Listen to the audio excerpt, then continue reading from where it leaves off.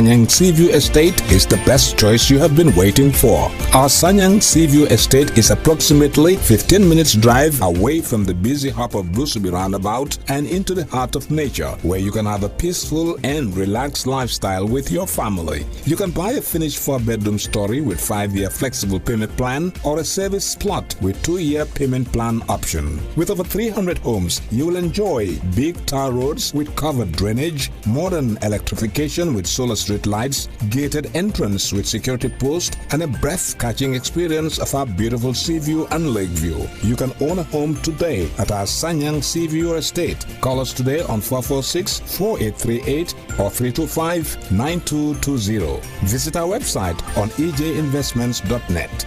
EJ Investments, first in property.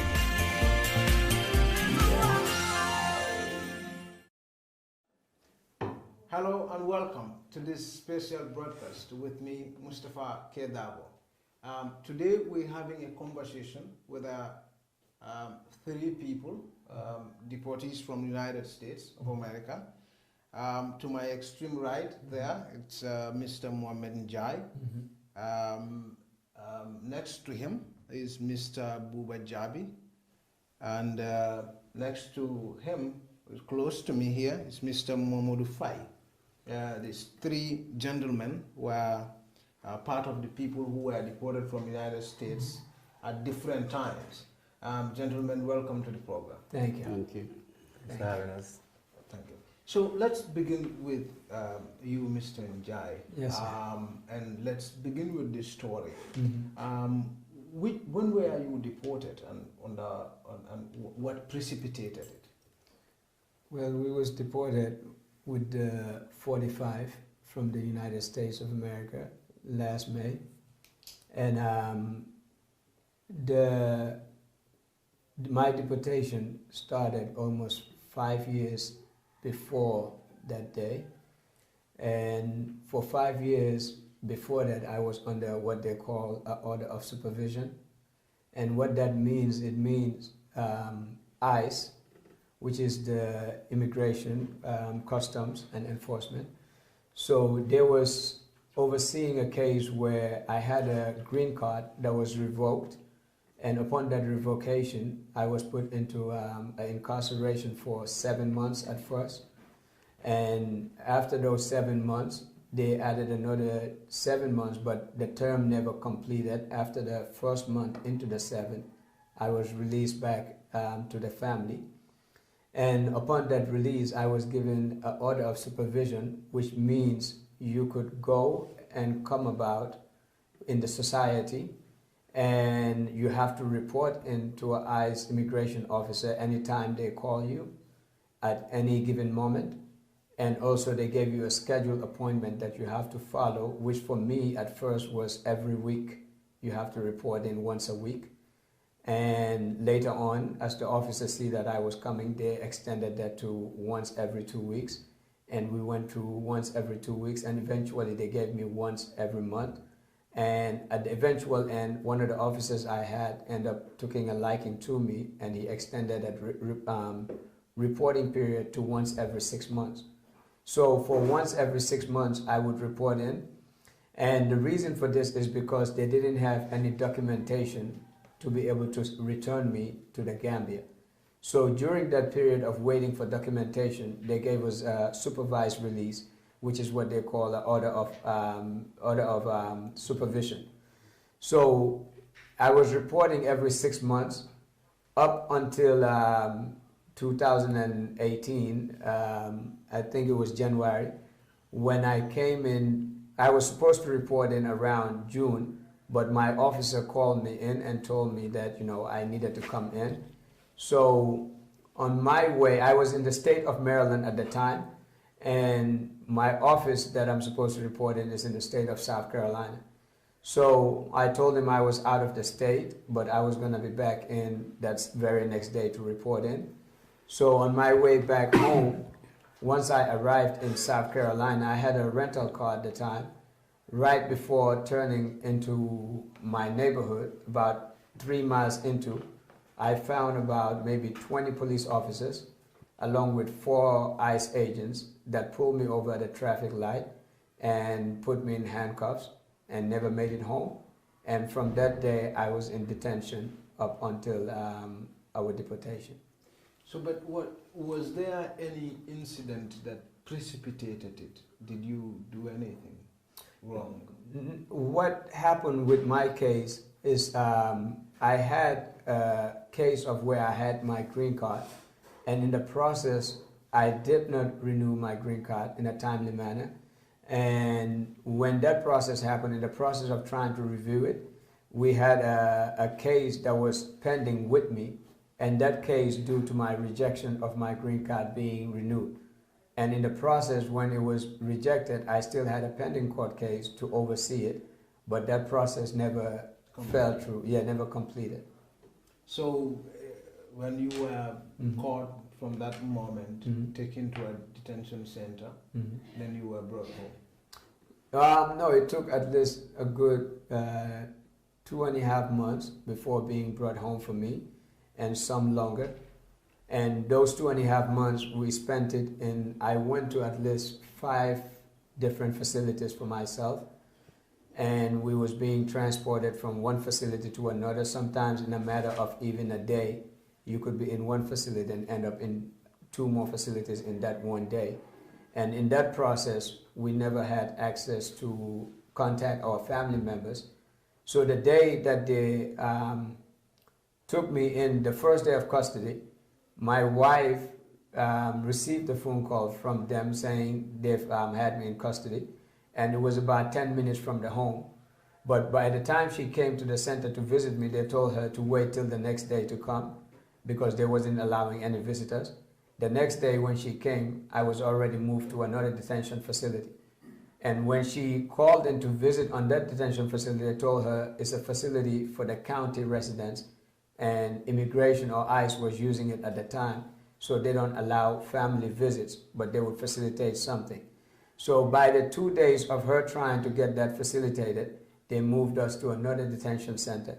So she called again, they told her he's moved to a 3rd detention center, which was now in Georgia, which is about 4 hours, or no, 6 hours from our home. So she was drive by car. So she was making her way of trying to come visit me those 6 hours. By the time she was able to get a visitation accepted, we was moved to another facility, which was in Arizona, in Texas, which was almost, if you're driving, it was almost a good 18 to 24 hours of drive. And by that time, she had no way of driving to get there, and she was heavy loaded with a child of ours at the time, so she couldn't make it at that time. And from that day on, it became a reality to her that that was the last time she had ever seen her husband, and it would be the last time for a while, because even in that facility, it took us a week almost before we could even contact the family back home. And then you were brought home eventually? Eventually, after a 2.5 month period. So, Mr. Jabi, I mean, I know sometimes the stories can differ based from one person to another. I mean, how did yours begin? Pretty identical, almost, in a sense that I was arrested twice, myself detained twice for 7 months, and then for another 8 months or so.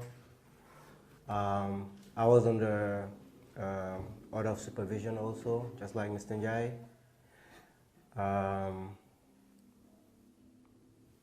Yeah, some similarities there, but different situations, different circumstances. But it was on immigration issues?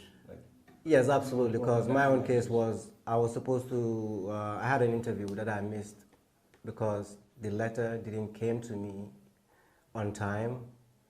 And what happened was I moved to a different location. I did not update my address with immigration system, and before I realized it was too late. So they had a letter sent to my old address, which was never received by me, and for that reason, that triggered my what do you call it again? Order of deportation. The order of deportation, yeah. Oh, okay. It's pretty unfortunate. But after were you contacted at any point and told perhaps there would be another chance? Not at all. It doesn't operate that way. No, but I did have another chance, and it was also too late because due to some also legal issues, we're not criminals. I'm not a criminal, but I had a criminal record. I was doing something that was against the law, but it wasn't like stealing or killing anybody. I got caught selling unauthorized CDs and DVDs, and that became, according to immigration, it's more like a crime of moral turpitude, which, you know, has some consequences and all that. It's a copyright crime or something? No, copyrighted materials, more like intellectual property, not theft, but close to. Intellectual. Yeah. You know how you take a CD and replicate it and give it to your friend or sell it to somebody? Like we have in the Gambia, Yes. There you go. But over there, it's a big thing. Well, even that here though, it's a crime though, but it's mostly not enforced. Unfortunately, yes. That was my situation. That's how I got into trouble, and then eventually, but you were never taken to jail, right? yeah. I was. I mean, that case itself was taken care of because I paid money, I paid the lawyer, I paid the court system, and I was treated as a first-time offender, and that stood until I got arrested again. It was a long story, but somebody was driving my car. They didn't have a license. I went to get my car and get out of the situation, and then I got reported. You know, there was a warrant for me not showing up at court because of that CD incident that I had. And at some point it came back because after I got married, I had an interview, and that case came up as a criminal case, and they wanted to see the disposition of that case, but I could not provide that to the immigration system or the court while the court was still in the system. Like the criminal case was still going on, yeah. Which, you know, like I said, was about CDs, not anything major, right? So this was what precipitated, fast forward, this was Right. what precipitated the immigration issues. Okay. So, and eventually you were deported. Detained 2 times. Detained 2 times, like, Yes. like his case. So everybody is forced detained before you are deported. Is that? Yes. Most cases. Mostly. Most cases. So, Mr. Fai, Mahmoud Fai, yours any similar? Yes, they are all similar, but mine, I applied for political asylum, Okay. in which I withdrew the case. Okay. My reason for withdrawing the case was that, I was supposed to represent an NGO under ECOSOC. Okay. That's the Economic and Social Council of the United Nations. Yeah. Yeah, it was supposed to have happened in '93. But unfortunately for me, my Secretary General had some Americans whom he accredited and gave them all the documents of the organization who were working for themselves instead of the organization. It went to the extent where one of them left the States for Austria, where he was accrediting himself. It came to the notice of the Austrian government, who had to write to the Secretary General here in the Gambia, notifying him of the illegalities that that man is doing in Austria. So it came to my notice. I gave him a call. So we came to an agreement. So that's the time he changed all the transactions to my name.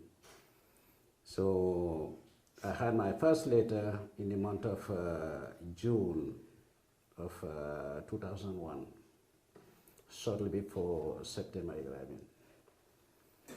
While being an Islamic organization, after September 11, things turned upside down on me. You see, so I had no other choice but to remain there and looking into ways and means of getting funds for the organization. But it was very difficult, I mean, for an Islamic organization to obtain funds in the West. Yeah. Because of that 9/11. So I had no other way around. I had no alternative of getting in and out of the States in order to get to the Arab world in order to get funds. So I got stuck. I couldn't go in or out. Tried to remain there up till 2006 when I was first arrested because I was ordered out of the country.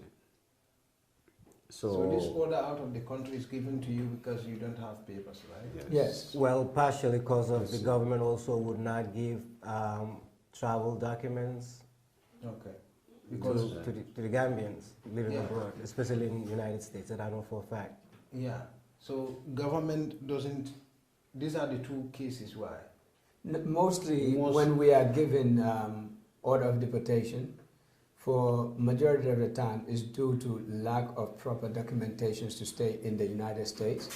And this could be due to either you've lost your privilege to attain that document, or sometimes the avenue you was going through, like his case, to get that document might no longer be there. But the order of deportation is given because they don't see you as somebody that could either obtain a legal status in the United States any longer. Okay. So basically, your organization. Well, the organization couldn't do anything. The fact that, I mean, there were no funds, our account was in red, so I wasn't getting any salaries. I ended up driving a taxi once in a while. When I get a conference, I would leave the taxi and attend the conference. It could last a week or a week and a half. So I couldn't be there, I mean, begging people or doing something illegal. So I had to drive a taxi to sustain myself and my family. Until which time you were deported? Up till 2018. 2018. Yes. But you came in May. No, actually the date was March. Yeah. March 6th. March 6th. We left Texas. Oh, both of you. We all came. We all came together. All the three of us All came. of you- I know you said we came with different 46 in times. number. We was all sent on We the are one flight. 45 in number. 45 in number. 45 in Yeah. number. But We all came in the same but flight. the gentleman you came with had one of you came at a different time, right? Yes. Yeah, because it depends on when your flight was ready. Within this period, I mean the period between, I mean I know the immigration difficulty starts. Mhm. You go through immigration difficulties, challenges here and there trying to make things work, Mhm. and it didn't work. Mhm. And now you have to reconcile your faith with your faith, which is to come back. That's right. But while being in detention, how are detention centers in the United States? I mean, when we think of it, we think of king of democracy. So Well, actually, I mean, detention centers, I mean, compared to other countries, according to one Russian young man, he told me that, I mean, the detention center looks like a resort compared to Russian detention centers. how about compared to our Gambian, so that our Gambian audiences can make sense? Well, I've never been detained in the Gambia, But neither you've not visited a visited a prison. police station. I visited a police station actually, but not a prison. So what was your condition like? Well, the detention center, as he was saying, is it fluctuates from one center to another, and it fluctuates with most of the conditions in the center is geared towards. It's a nation of democracy, as you say. They intend to do right, but again, you're dealing with human beings. So the detention centers, when you go in there, it was facilitated to be a place to help the people through a transition of life, whether it's incarceration, whether it's going from one point to another, to be detained. But what ended up happening over the time that you're there, you end up realizing what was intended is not there. So the policies that are on paper and the actions of what happened in the centers are totally different. So you end up being mistreated, and the processes that they have to find grievances, all of those processes are blocked.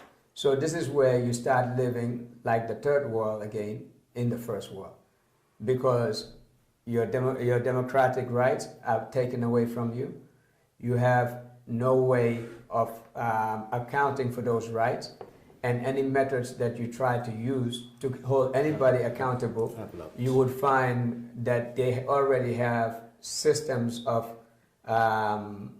protecting themselves to a point that all of what you are saying would get muffled, where nobody hears you, not the guards that are with you, not their senior officers, not the detention center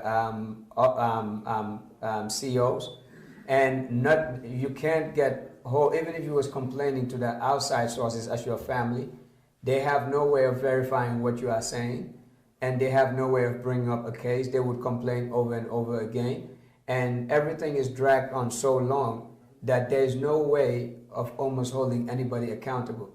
So to elaborate on that, the United States, according to some reports I've read, has one of the worst rates of treating detainees, especially that of the African American race. So because most of their facilities is catered towards that crowd.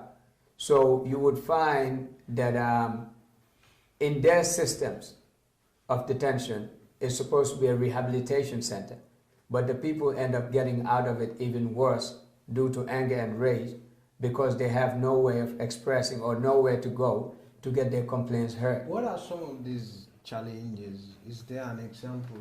Feeding is number Feeding, food Feeding is one of them. The food is poor and not even enough. You don't In have enough food. Yes. Yes. With the big The name, three meals you can put in your hands. The 3 meals, breakfast, lunch, breakfast, lunch, and dinner. You can make it like this in your hands. Yes. That feeding is one. It's never enough. The schedule of the cooking schedule they have is never followed. So that's why even in prison camps, what they do, the one day that they give them healthy meal, protein, they call it chicken day, is on a Sunday. Exactly. So they go all week almost just eating on meals without a heavy protein level in it. So that one day they have chicken, inmates fight over it, inmates gamble over it, inmates, even stab each other and kill each other over this meal. So feeding is one of them. The cooking schedule is never followed. The portions that are given are not regular. The cooking is never good either. And it's never good. It's mainly they would just put something in water, boil it, and give it to you. So you would taste the water in every food that you are eating more than anything. So most of the times we try to find salt, pepper, and just sprinkle it on the food just to eat it. No, so you eat to survive. Even there, that is what is called the commissary. Mm-hmm. That is the shop where you can buy either biscuits or so, or you buy. A corner shop. Yes, so it's within Within the detention facility. detention facility. Mm-hmm. Most or all of it? All All of them has one, yeah. All of them. All of them has one. So if you have money, you have to buy from that. If you don't have money, you are done for. So, how about visitation? One of you talked about visitations. Yes, you can. I mean, You can have that sometimes? Yeah, that happens. But let's say the first time I was arrested, detained, I was detained in Louisiana, and back then I was living in Atlanta, Georgia, with my wife, and that's a hell of a drive. Like what, 8 to 10 hours to come visit me. And for me, unfortunately, it never happened, but she did spend a lot of money, tons of money, just to talk to me. Calls are like, what, 5 times international more rates. expensive? Yes. Yeah. So phone calls are priced at international rates. It's more expensive. One state to others. No, international, meaning like you're calling from Gambia to America. But why is that you within America? They make everything harder to be with your family. It's business. Right, big business. It's business. The prisoners, the food, the commissary he was talking about, the phone calls. It's a big business in the United States. So, but is it, because I've heard some who say this is per se not the United States government, but it's a contracting agency that's been contracted to deport people? Well, there's two scenarios or two situations. There's one, like he was saying, you ask some people about detention centers, they'll describe it or tell you like it looks more like a resort or hotel. Some of those are ICE detained facilities. ICE facilities. Is the contracting agency? No. Those are run by the government, by the agency, sorry. Okay. ICE itself, the Immigration and Custom Enforcement Agencies facilities. Those are almost very nice and organized, believe me. I like those. Okay. I hated captivity, but those are all right.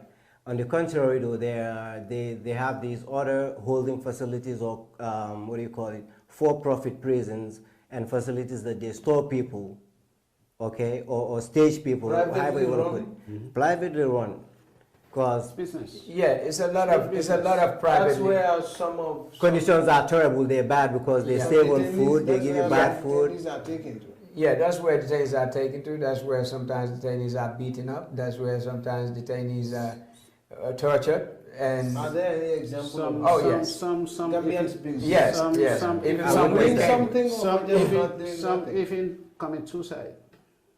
Yeah, suicide. So again, the detention facilities, whether it's privately run or ICE run. ICE was trying to put up an image that they're running great facilities, but even in those facilities, it's only the officers that are there to see you. The medical staff is private. The kitchen staff is private. So it's still run mostly by private companies. So the issue you have is even if it's being run by a private company, it's being regulated by the government agency. So this government agency is who you could complain to, not the private company. But the private company have methods of grievances that they're supposed to take to the government agency. But you're supposed to write a letter to them, and they will give it to the ICE officers or somebody else. But most of the times, those grievances never reach to these officers, or it never gets reviewed. You're just writing a blank letter complaining. So going back to your example of what we call torture, I had one of our members, he's not here today, he's called Sibi Keba. I never knew him. We met in the detention center. And when we met, at first when he walked in, I could tell, because I was in a facility with a lot of Somalians. And, you know, the facility had over 300 people in there. And out of the 300, everybody's black. But when you were looking, because everybody was being sent back to Africa. So when I was looking, every once in a while you see a face that looked familiar and you could tell, oh, that's Senegalese or that's Gambian. So when he came in, he looked Gambian, but when he walked in, his head was down the whole day. So we went to the nurse to get checked, and I asked him his name. He said, Keba. I said, Keba. He said, yeah. I said, you from Gambia? He said, yeah. So we started talking. So when he realized I'm Gambian, I realized he's Gambian. In our dorm room, we had almost 85 inmates in a room the size of from this hallway down. It's like a dormitory? It's like a dormitory. With 85 inmates, sometimes 2 to a bunk, sometimes 3 to a bunk, depending on how much they could stack in there. So Keba and myself took to a liking, and he moved to the next bunk next to me. And we started talking all of praying together. And it happened when I was in that dormitory, I was the prayer leader for all the Gambian Somalis and also the people that was being sent back to other African nations. So over that time with Keba, he's a quiet guy. He's very humble. He could be in a room for 4 hours and doesn't talk. So when we was going out for a break outside for the people to go play soccer, on our way back, some of the people from Somalia who was very frustrated of how they was being treated, they started, calling some of the officers' names. So the officers went back and came back with about 25 officers with guns, real life guns, real ammunitions in it, pepper spray, mace, and started cursing back at the inmates, calling them names, calling their mother names, and telling them to do something so they could do something. So they started threatening the inmates, and it got to a point, the inmates was all shuffled back into the dorm, and once they went back into the dorm, and the door is closed, so we're inside of a cage, they took their time to open over 10 cans of mace inside of the cage and started laughing and pointing at us because we can't run outside. So everybody's coughing, laying on the ground. The situation was already diffused, but they just did that because they can. So when they did that, everybody was on the ground. About 5 people fainted. And when those people fainted, that was the only time they opened the door. And they took 3 out of the 5 outside and locked the cage back up. So more people started fainting, and some that wasn't even fainting started fainting just to get out. I would.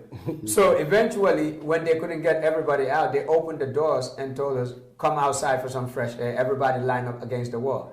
So we got out, lined up against the wall, and everybody's still coughing.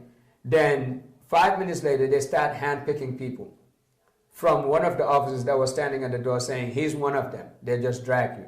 And when they say he's one of them, 20 officers would just come, grab you, start kicking you, pulling you, calling you names. So Keba was standing with me, and the officer walked past and looked at him, and then looked down and looked at him again. And the officer felt intimidated because Keba doesn't speak. He's just one of those people, you love him when you see him, but if you don't know him, you could get intimidated by his presence. So the officer said, he's one of them. And 20 officers just ran to him, dragged him, started kicking him on the head, foot, wherever you could get kicked. It doesn't matter. So eventually, his clothes was almost off, his shoes was off, and he got taken to an isolation cell. And in that isolation cell, he was being beaten some more. And after they put him in isolation, he was left there for 4 days without shoes to walk on a cold floor. And every time he kept asking, all I need is some shoes. And this is a cell that had an AC fully turned on. And he didn't have a blanket, he didn't have clothes, and he was left there without shoes, walking for 4 days. And we kept requesting for him to be brought back. Because when I was in the camp, the CEO of the camp realized that I was bringing peace within the inmates and with the officers. So he called me as the leader of the camp. So anytime they had problems with an inmate, he would come sit me down, talk to me, and we talked to the inmates to find a solution. So over those times of doing that for him, I told him, after doing that so many times, you need to bring our guy back. So later on, he realized that this was beyond him, and he told me, I've tried, but I couldn't bring him back. So that's when we found out that he was in isolation in the conditions he was in. But beyond that, that's just Keba. We have inmates that had their legs broken while they was there. We had inmates that had their insides were so bad that they couldn't even eat food from being beaten. And this was the Somalian inmates. Internal injuries. Internal injuries. We had one that when ICE was arresting him, he got so scared, he ran and fell off a 3-story balcony to the bottom floor. And his rib cages was broken, his leg was broken, and he was put in detention like that. When he was in the hospital, the doctors told him he had to be hospitalized for minimum 3 months. But they took him out the first week, put him back in detention, and his leg was so swollen, he was scared it was going to get amputated. He couldn't walk, he couldn't stand. We had to bring him his food daily. He couldn't go outside. And worse, the medication that the hospital gave him, they took it from him and would not give him any medicine when he requested, because that medicine was supposed to heal him. So we had to handwrite a letter to the CEO, to the guards, to ICE, telling him this guy needs his medication. He can't sleep, he can't eat, he's always screaming, and the medication that was supposed to help him cure, and it was hormonal medication, they took that from him. So every day he was going to medical to get this medication, and they would deny that to him. So even when they was deporting him, when they put a handcuff on his ankle cuffs on him, it couldn't fit because his leg was so swollen, but they still push it to make it fit, and he was always hurting and screaming. So when he's crying that I'm hurting, they say, well, when you get to your MF country, they would take care of you. It's none of our business. So even us, whatever we request, they say, when you get to your country, you get it. So it was a mental torture, physical torture, emotional torture, everything you could imagine. So at this point, I mean, Gambia has a representation in the United States. But at this point, was it, I realize you also in a dilemma and you're trying to fight your way out of it, which is the immigration problem. Yes. But was there a problem with you approaching your Gambian representative? I never saw a Gambian representative in my. But you have a Gambian. I will interject on that. When we went into these facilities, you will see a piece of paper that said Mexico consulate number. The numbers. And what was missing in all of this, just like everything else, there was no Gambia consulate number. When you ask your ICE officer, can we get our consulate's number? Sorry, they're supposed to come see you. And not one time did a Gambian consulate come in there. Then the second thing was, when our family members did get those numbers to contact them to let them know about our detentions, most of the times they wasn't able to get anybody or to have anybody come. And then when we did have numbers for the Gambian consulate, because mind you, we're in detention, so we have to use collect call to call these places. So when you call the Gambian consulate number, nobody picks up. And we would call over and over. Every Gambian is going, bro, did they pick up? No, they didn't pick. Boy, just look at. No, just didn't get. So there was nobody on the other line. And we tried for months, nobody on the other line. And is that the case for all of you? All of us. yeah, All of us. So don't you try other means, maybe an email? or sometimes we even thought of trying another consulate. Like our Somalian brothers, their consulates was responding.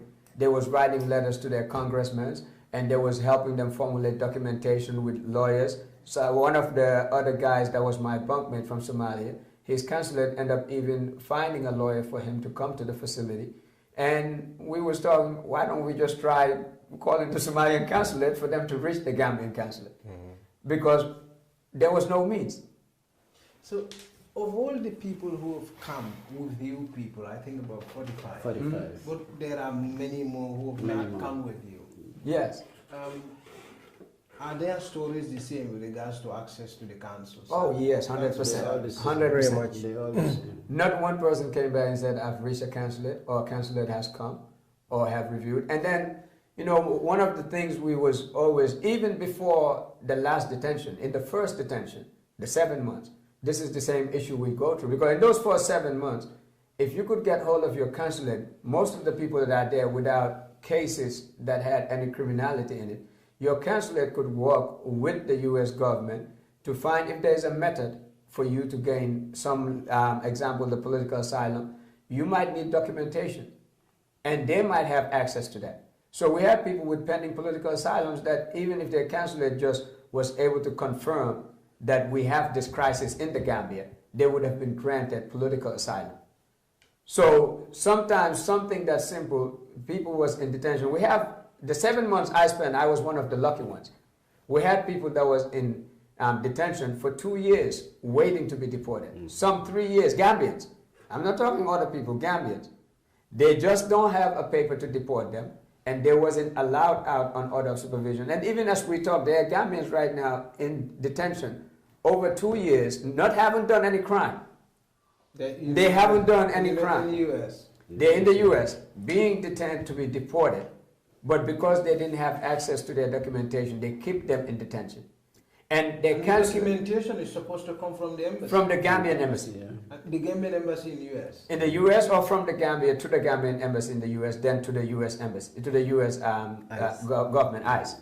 So where do you find the disconnect? Do you think it was not from the Gambia, or is it just because the embassy is not? Because if the embassy is not picking your call, perhaps they've not even made a try. Well, I'll be brutally honest. There's two things. One was the Gambian consulate from the regime of the Yahya Jammeh era. When people were seeking political asylum, they was trying to help some people without documentation to delay their process so they could find documentation.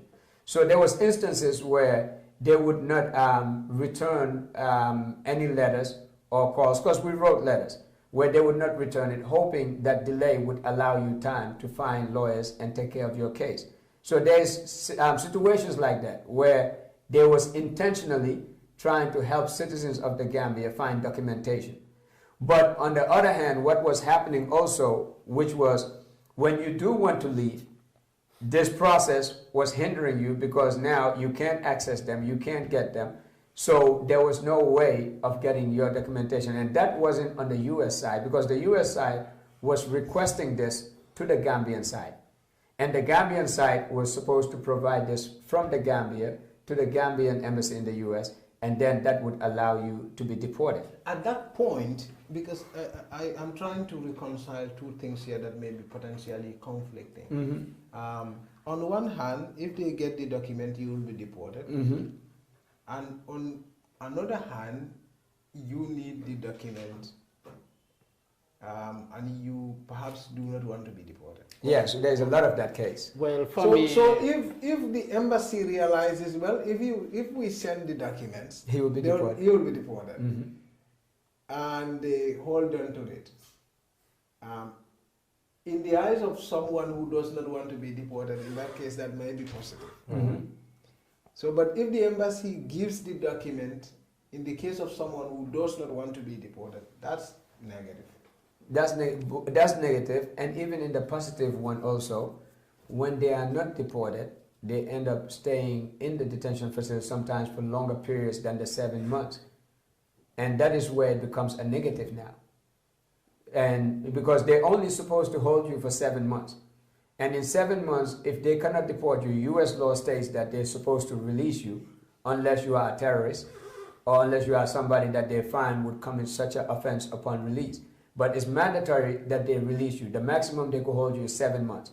And after those 7 months, they have to put in a request with a legitimate term of why they want to hold you longer than the 7 months. But this was violated for a lot of Gambian inmates where they would hold them 7 months, and after those 7 months, they're supposed to be released. But the ICE officers would end up making it a joke that, hey, Gambia is not deporting, so we're going to keep you here another 7. And they don't have that right.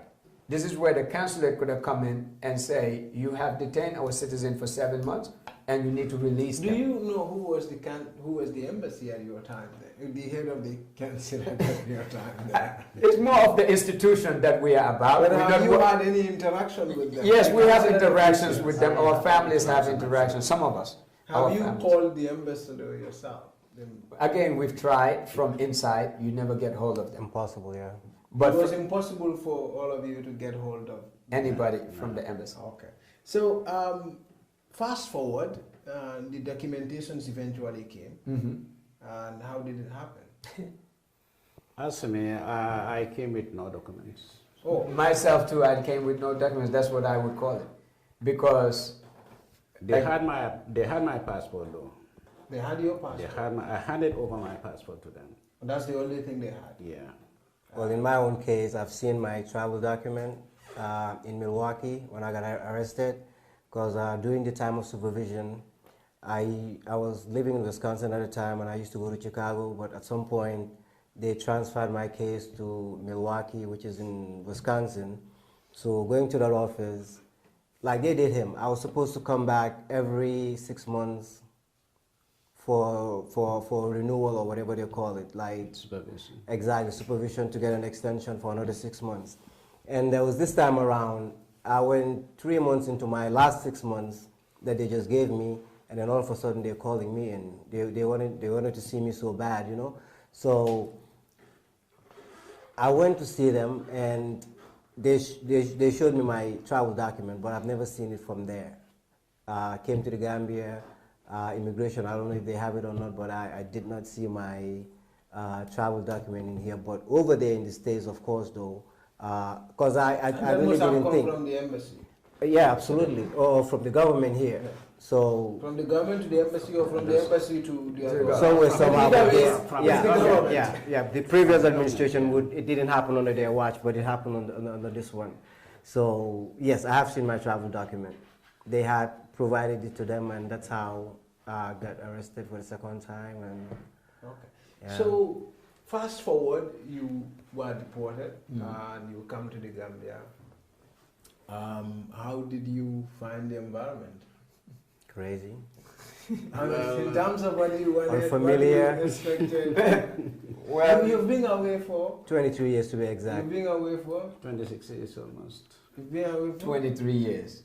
All of you are 20 and above. Yes, most of us have. Never in came that back. case. So That's like all we some saw of guy Gambia is who's like, may even get married and another kid. yeah. Yeah, yes. And Some. Yeah, 23, 20, 20. So Yeah, I imagine if you come after 20 years, you must find maybe perhaps you found a different society as you've left it. If Not night, quite if night and different. day have a difference for me, it was that much of a difference. You know, we grew up here. This is our homeland. We love it. We love the people because we eat this food every day when we're there. But what was so different is the culture shock, is the personalities, is the attitude, the level of anger in the Gambia, the rage. It was completely a shock because when I was living as a young child, I remember I used to be in the U.S. telling people Gambia is the most beautiful place. It's so beautiful. They call it the smiling coast. The people are always smiling. And even if you go to any home, they would give you food. It was just, that's what I remembered when I was leaving. But when I came back, I found a society that was far from that. You know, I found a society that everybody is only for themselves. And that was a shock. And I found a society, you know, when I was leaving, corruption was being talked about. But when I returned, corruption is being lived. It's not something you talk about anymore. It's an everyday existence.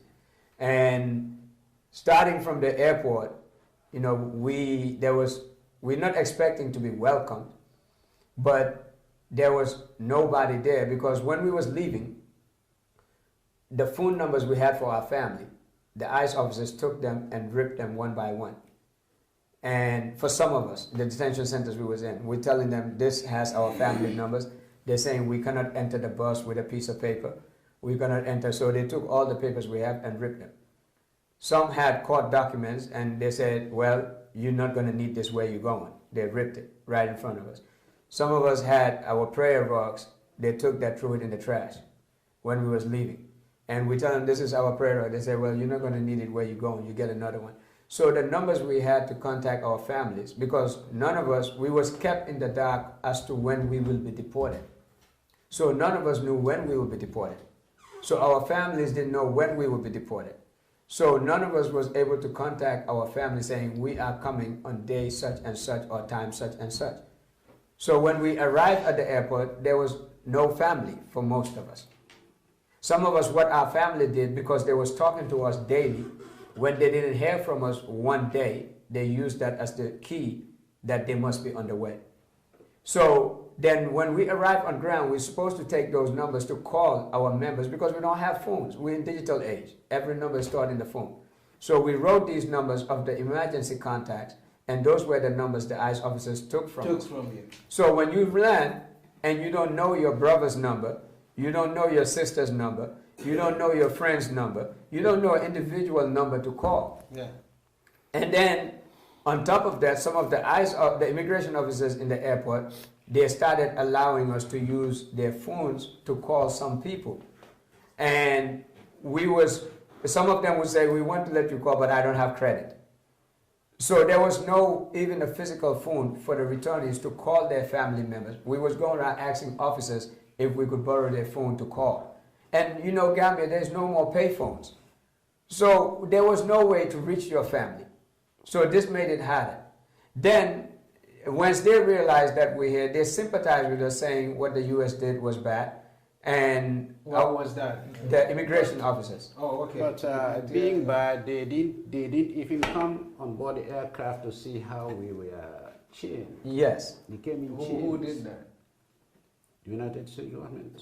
Okay, they came, you people. They chain us. They chain us on the wrist. They put a chain on the waist. Like prisoners on the Like prisoners and the legs. Like prisoners and also on the feet. So that's how they brought us. Yeah, Like throughout the whole flight. Throughout the whole flight. From Texas to Senegal, Dakar to Gambia, all shackled and chained. I mean, it's chained so that you can move even your can't hand. move. You can move your legs towards your hands. And I mean, if you even go into the bathroom, 2 officers have to hold you and walk you because the chains are so small you can't even walk without probably tripping. And as he was mentioning, because if you're handing over today, if I'm going to hand over some goods to you and it was given in my possession, you need to come in and inspect these goods. let alone human beings. So if you have your citizens coming back and they're in a plane, an ICE officer from the Gambia or immigration officer from the Gambia should be allowed on top of that plane to go inspect the conditions of these people. But this wasn't permitted. I don't know if it was, but they did not do this. So nobody knew our condition except those in the plane. And because of that, all they did was stood at the tarmac and they let us, one inmate at a time, get out, and they would unchain one. And just the one piece of cloth you have on you. Clothes. Yeah. Prison. Just the piece of cloth you have on you. Yeah, it's the prison uniform, not clothes, for some of us. Oh, for some of you. Yeah, I came with the prison uniform. And everything you my clothes was possession behind, is behind. Yeah, my clothes, what happened when we was leaving, as I mentioned, the ICE officers was beating people, torturing. So in that process, about 5 of us, our clothes was still in the laundry area, and we wanted to go pick it up, and they were like, "You're going to Gambia like this, we don't care, get on the plane." So the clothes that I had, it was expensive clothes, and we requested for them to hand us our clothes. They said they're not going to. We requested for them to hand us a document saying our clothes was left behind because these are clothes we work and pay for. They said they're not going to do that either. When we get to the Gambia, ask our government for it. And this was always their response. On anything you're requesting, when you get to the Gambia, tell your government to take care of it. They know how to get hold of us.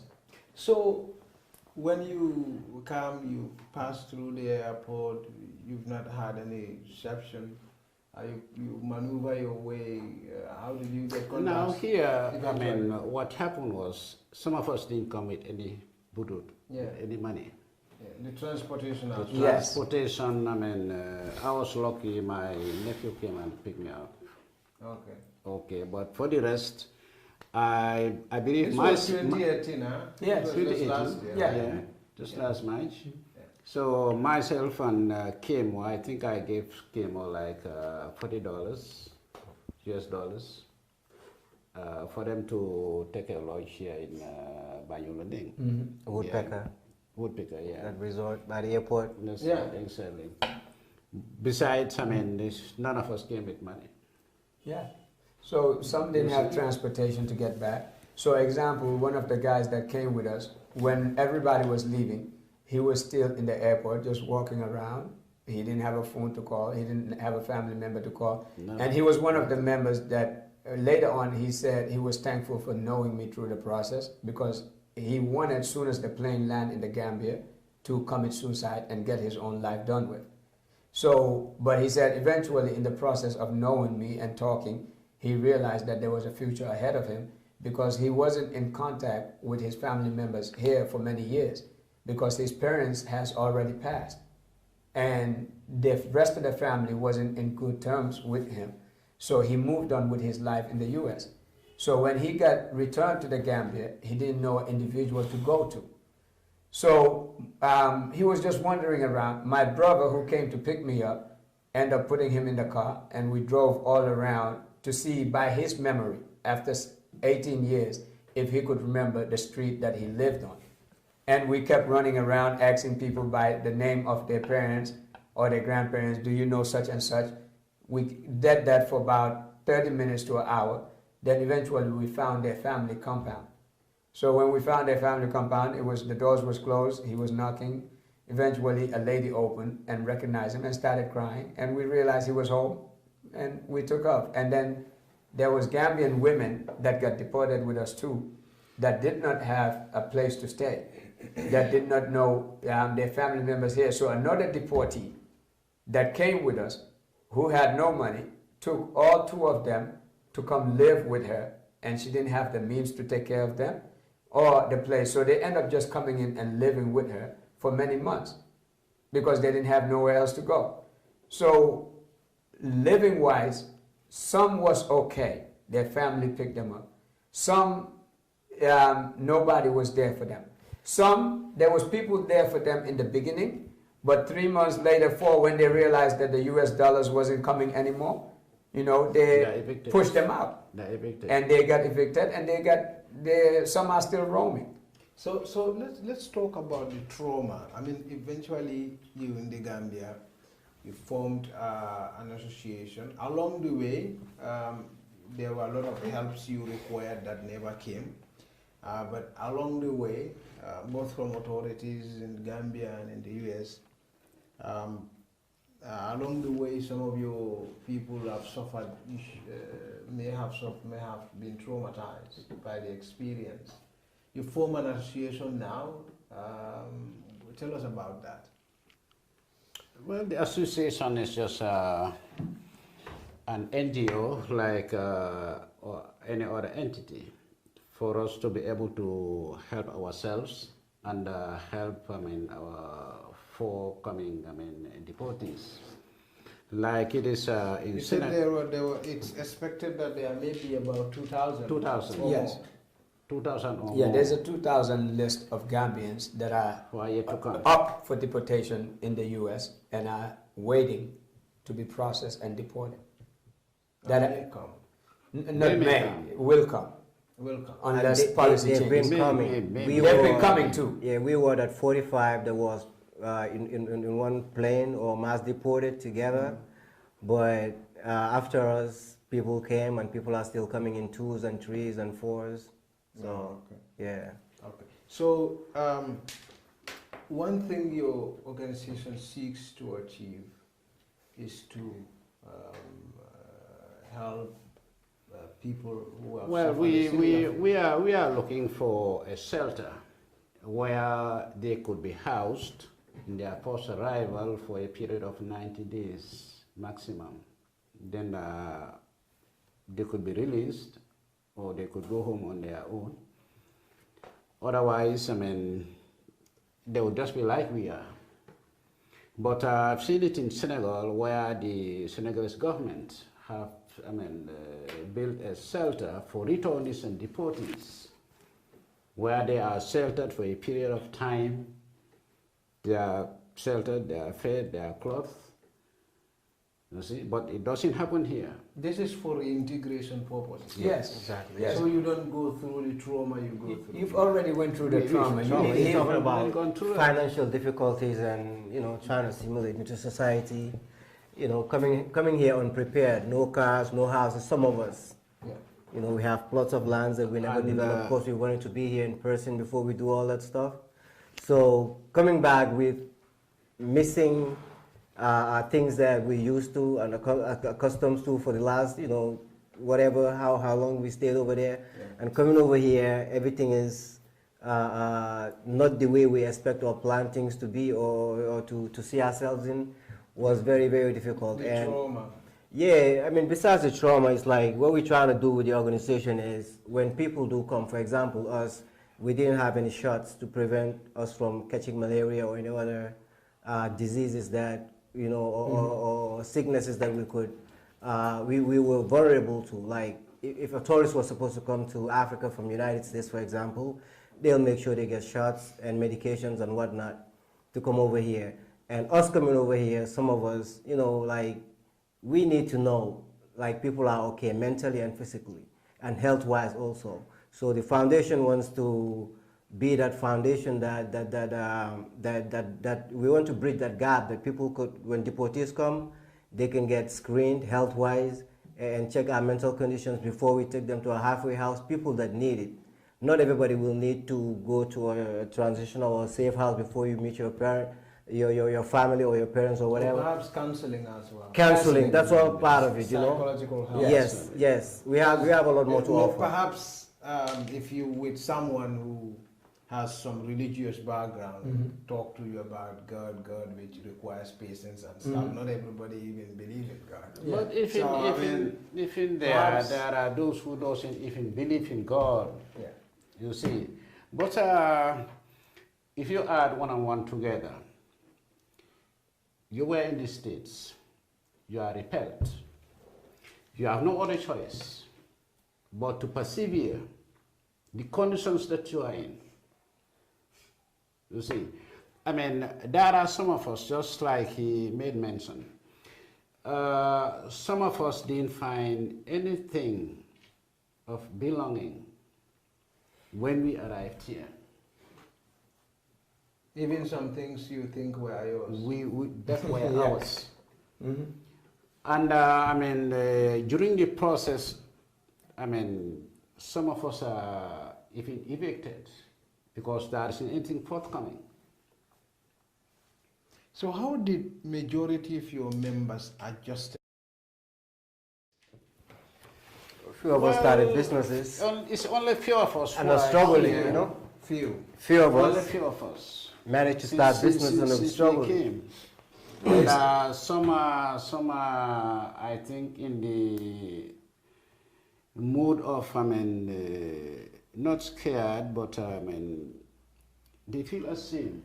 Not to want to be labeled Not or to be tagged as a deportee. deportee. As a deportee. As a Right. deportee, yeah. So some even mentioned that they don't want to be recognized as a Exactly, deportee, so exactly, they exactly. don't want to be even part of the organization. They just want to go about their life, which is a normal in It's- Gambia. it's not bad. You know, sutura, people don't want. So we understand that. And then again, the diversity of what we go through is so vast that it's not explainable by one of us. But as an organization, as Dave was mentioning, we intend to bridge the gap between the Gambians, the Gambia government, and their Gambian citizens, which is their own brothers and sisters. So we could all share in this ordeal, and we could all cure and help each other. And this is where I would directly talk to first the Gambian citizens, that foremost, not every deportee has committed a crime. Second, even if they have committed a crime, as Jesus told them, let thou without sin cast the first stone. If you have not done anything wrong in your entire life, then you point the finger. But a crime, as they say in the US, is just a matter of who gets caught. So to immediately start distancing yourself from your brother, oh, he's a criminal, he's this, you're isolating your brother or you're isolating your sister at a time of need. Why I'm saying this? Because it's another human being. And on top of that, it's a Gambian. On top of that, they share the same food, the same culture, the same clothes, the same everything as you. This is not the time to start belittling your brother. And we know this from our homes. We had people in our homes that did not obey by the rules of God, that did not obey by the rules of our parents. But yet our parents and our grandparents pulled them in instead of pushing them out. Because when you push them out, the situation gets worse. So I'm appealing to the Gambian citizens to open their hearts, to open their minds, to open their understanding that this is one of you. That no matter what they was doing, because you don't know why they was in that country or why they did what they did, because in the US, 70 to 80% of the people who are termed criminals have actually never committed a crime.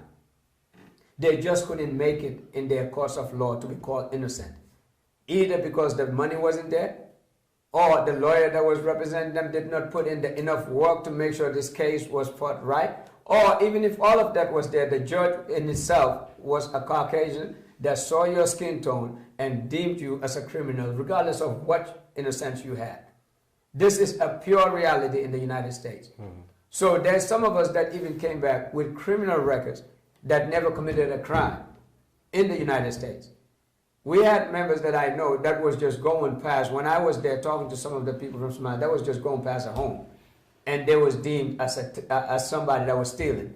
And they went to jail. I seen people spend 20 years in jail.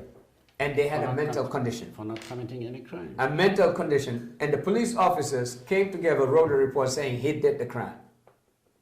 And this guy, every day you watch him, he's supposed to be in a mental rehabilitation center. He doesn't even remember his own name. And they made him sign a piece of paper. So that is beyond that. Don't start investigating the backgrounds of the people. Rather, understand the needs of humanity. Understand the need of the individual. If you was in a home today and you was riding a bike over and you fall and break your leg, sympathy is what is expected. Not you should have, not why did he ride the bike. And this is a pure Gambian behavior. Instead of helping, they're trying to give you the reasons of what you could have done to not have happened to you. It's already happened. Right. We're looking for solutions. So again, I'm appealing to the Gambian citizens to understand that you have brothers and sisters that are here They're not asking for you to give them $1,000. They're not asking for $5,000. They're asking for the human in you to come out and say, welcome back home. To say, it's going to be okay. To say, don't worry, you could make it here. Not to say you are a criminal. Not to say, because even if there was a criminal in the U.S., they're now back in their home. Where else can they go? So you want them to be a criminal in the Gambia? Why don't you help them, even if there was a criminal, to get out of that life and get a better life? Rather, you would isolate them into that life, and later on, you worry about why crime is in the Gambia from these returnees or deportees. Spend the time to talk to these individuals, and you would learn to respect a human being. The paths of life are many, but we all go through the same struggles. And if you don't recognize the struggle of the next, your heart would get darkened, and you would misjudge and mischaracterize the individual. So outside of the citizens, as an organization, and as the CEO of that organization, I'm appealing to the Gambian government. When we first came, everybody was sympathetic. Everybody wanted to help. We felt like we was in the right place. A month down the line, you cannot hear anything from anybody. You cannot go anywhere and get any assistance. We're not looking for money. Example, I came with almost acute pneumonia from the prison center I was in, where I was hospitalized for 3 days before coming. And I was supposed to be in the hospital, but they took me out of the hospital and deported me anyways. So upon returning, when you don't have the finance, you don't have the money, if nobody's there to screen you health-wise to ask you, do you have a headache? Are you okay? Are you feeling anything psychologically? You go on with this pain. And some people went home with this pain. And some people live with this pain. And if it wasn't for their faith in God, they would have long time taken their own lives. So we're asking for them to just create a method of approaching us, of talking to us, of seeing what our needs is: health, mental, housing. It's not much. We have ministries for this. We have ministries that are supposed to take care of housing. What is wrong with the Ministry of Interior Works or anybody finding one abandoned home? I have a construction company. Give me the paint, I'll go paint it. Give me the wood, I would build a bed in there for the next deportee to come. So what we're saying is, find one location, say this is for the returnees or the deportees. When they come back, if any one of them don't have a housing, we would house them. If the government doesn't have the time to do it, we, the organization FEAM, we want to do it with their help. Give us the resources, we'll help them. Some came back and was looking, it took us 6 months to get an ID. Some don't have birth certificates. Some didn't have a passport. Some didn't have an ID. So they couldn't even find an ID. If you don't have an ID, how can you send, receive money? How can you do anything in this society?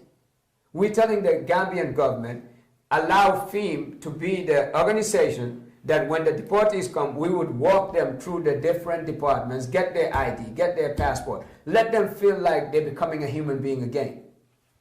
And in that process, they would be able to stand back up as a human being and contribute to their society. So we're asking the government again, when the deportees came, some couldn't even find the taxi drivers that was there, end up offering some of them a ride home for free because they couldn't get home. Give us one vehicle, put fuel in it, let it be a van for 16 passengers. We would go up there and pick up these deportees, ask them where is their home, and take them one by one. If you don't have the time to do it, we will do it. So we're not asking for handouts, we're asking for them to help these citizens of theirs, because these same Gambians that they want to call criminals is the same Gambians that were sending money to the Gambia. It's the same Gambians that is why the economy of the Gambia is still going. So the privileges you enjoy today is by the sweat of those ones you call criminals. So when they come back, they expect that at least the remittances or what they were sending back to their country would be of some help to them. Open up the schools for them to go back and finish their education. Try to find out what was their experience in the US and line them up with the right departments. If you cannot do that, FEAM would do the screening process for you. So we want to be the organization that bridged the difference. The shame that happened to the Gambian government, we want to remove that shame if they allow us. And if the citizens allow us to, we don't want to be a burden upon them. We want to get back on our feet. So based on that, we formed an organization, and us, the members, used to put $20, 20 just to give a member transportation fee to come to the meeting. There was no fund to even come to the meetings. So we put what we have to come to meetings. So we want the help of the citizenry to allow us to integrate again with the society rather than condemning us. And based on that, we're looking for the assistance of the government to allow us to walk through with these ministries, to allow us to facilitate a better return for upcoming deportees. There are people that are coming every day as we talk. And we feel bad for what we went through and what happened to us when we arrived. And we're not blaming anybody. Deportation is part of life. We're not against deportation. We're against the process of deportation, how it's handled. And we against people that when you come, they stigmatize you as if you had just killed their parents. When all you're looking for is your next meal. When all you're looking for is somewhere to put your head. When all you're looking for is to wake up and have hope in your life. So when you come to a place that wants to strip your hope, and this is your homeland, it's unexplainable. And that is what we're looking away from as an organization. And we want to bring back hope to the government, hope to the citizens, hope to the deportee especially. So we're looking for any organization, any individual that wants to help in that agenda, and we could form a place where we would be the intermediary, because we just want to make sure what happened to us doesn't happen to the next. Do you have you ever had a meeting with authorities or reach out to any agency, so to speak, in any way? Yes, We've yes, started yes. going to ministries whom we, wrote to before. Even today we met with the Minister of Agriculture. Oh, okay. Yeah, so Very promising. we are You trying to meeting ministries that are concerned? Yeah. So, What we've selected about 10 ministries, and these are ministries that we know could directly impact our way of life. Example, Ministry of Agriculture. If we could collaborate with them and have an agricultural project that we could enter into as an organization, that would help sustain the organization. And when deportees come, we could immediately give them a job. And Ministry of Foreign Affairs, we went and spoke to them with regards to, we want them to help us with people that are struggling with documentation there, people that are struggling to receive their items from the United States. An example, some of us work for 23 years and pay taxes, and we're still not entitled to get our money back from the US, because if you pay taxes, it's not owned by the government, it's owned by you. If you don't want me in your country, give me my money back. That's all we're saying. And the government, through Foreign Affairs, need to assist us to get our money back from them, because these are our retirements and our Social Security. Just like any other nation, you pay Social Security to get it back. It's your money. It's not the money of the government. So we're working with them to help us get that money back. And then we also contacted the Ministry of Communications, and they've been very helpful since we contacted them, those ministries, and we're waiting on other replies. And the Ministry of Communications is the link to why we are here today. And we thank them for their assistance. And we thank also Dr. Jha of Foreign Affairs. He was very extremely helpful. And we also thank the Minister of Agriculture, whom we met today. And she just started a new position. Congratulations. She has been very supportive and looking to support us in the future. But we've decided that we recognize in the Gambia, again, in the beginning, everybody claps and welcomes you. But 2 weeks down the line, you don't exist. So we wrote a letter to all those ministries that we deem relevant. To the example, we need to go to the Ministry of Transportation to help us with getting a transportation. And they're already giving gas coupons everywhere and misusing it. Why not use it to help us help the deportees when they return? Give us gas coupons to get to our meetings. Give us gas coupons to pick up the deportees from the airport and take them to their homes. This is a noble deed. And it's Gambians that are supposed to help do that. So we're looking to meet with them and talk to them that we need one transportation minimum, and we need gas coupons minimum to go about integrating back with the society. Because we can't even, some of us can't even get from, one of the members couldn't even get from his house to Banjul to get an ID. We had to pay for him.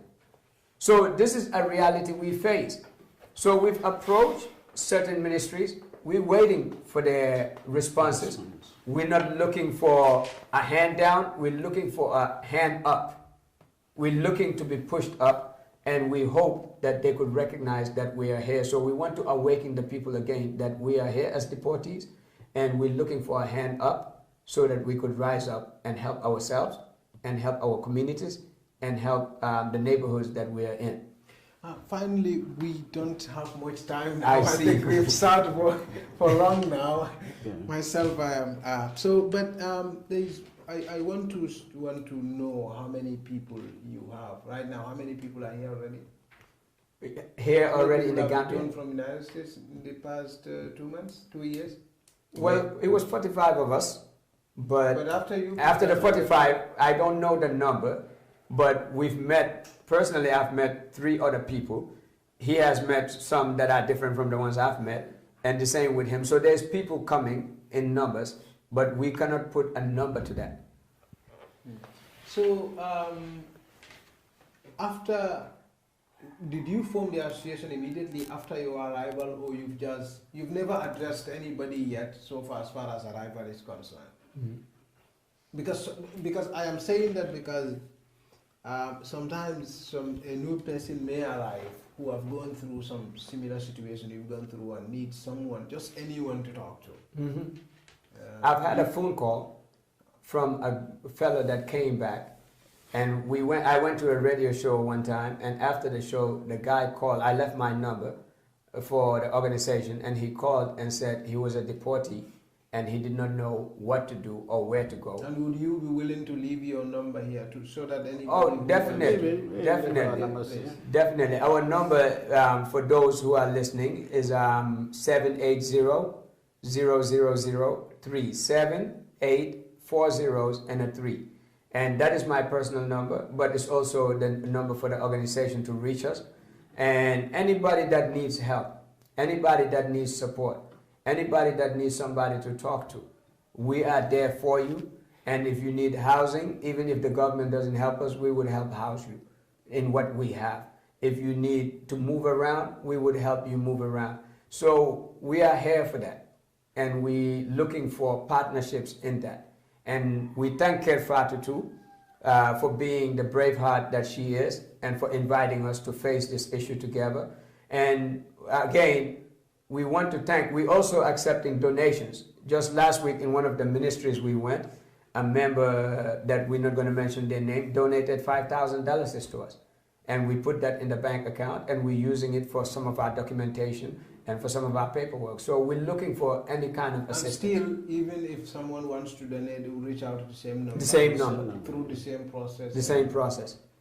The same process. And for those that don't want to call, we also very soon going to set up a GoFundMe account that we want to, because we're going to champion this to the best of our ability. We just wish Gambians would make us more able.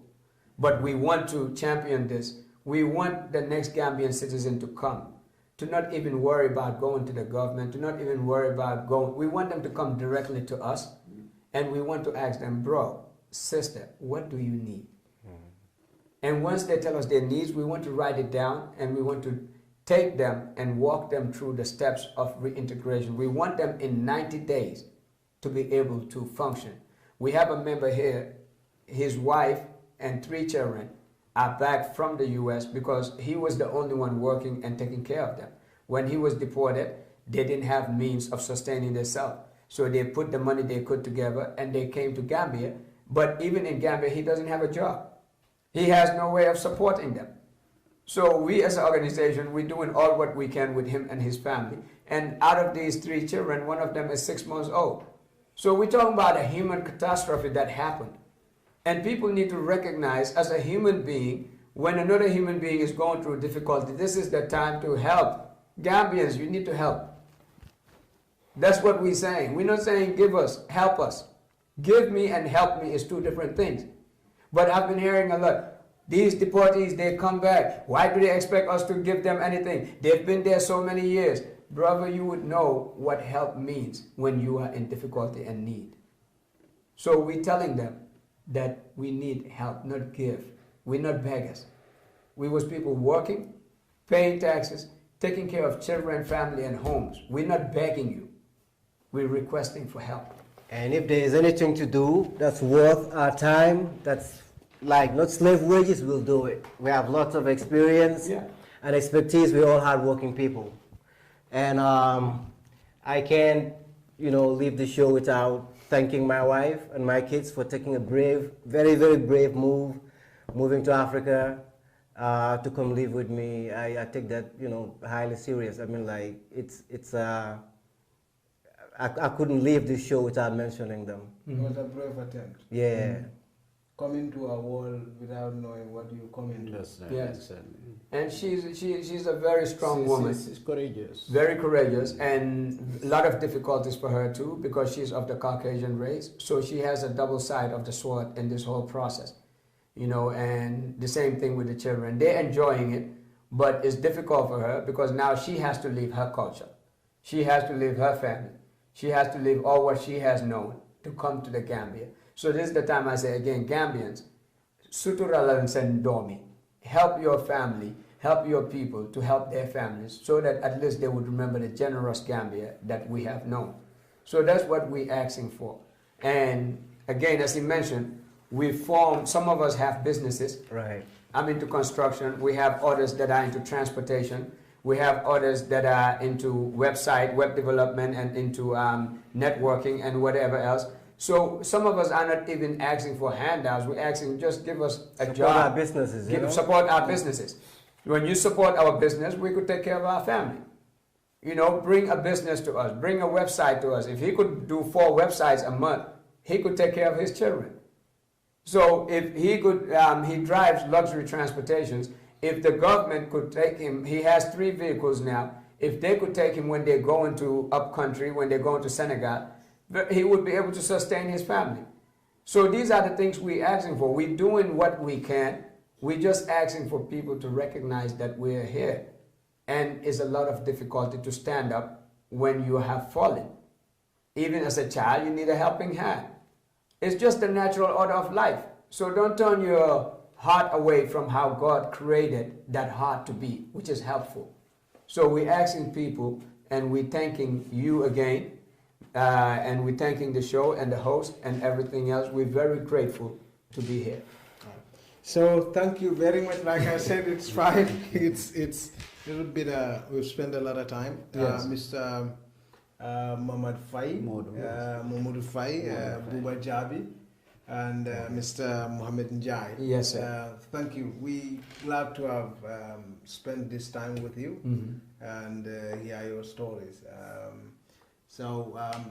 Thank you for being with us. Viewers, that's all we have for you this evening, and catch us again tomorrow for another program. Thank you. Nice. Thank you.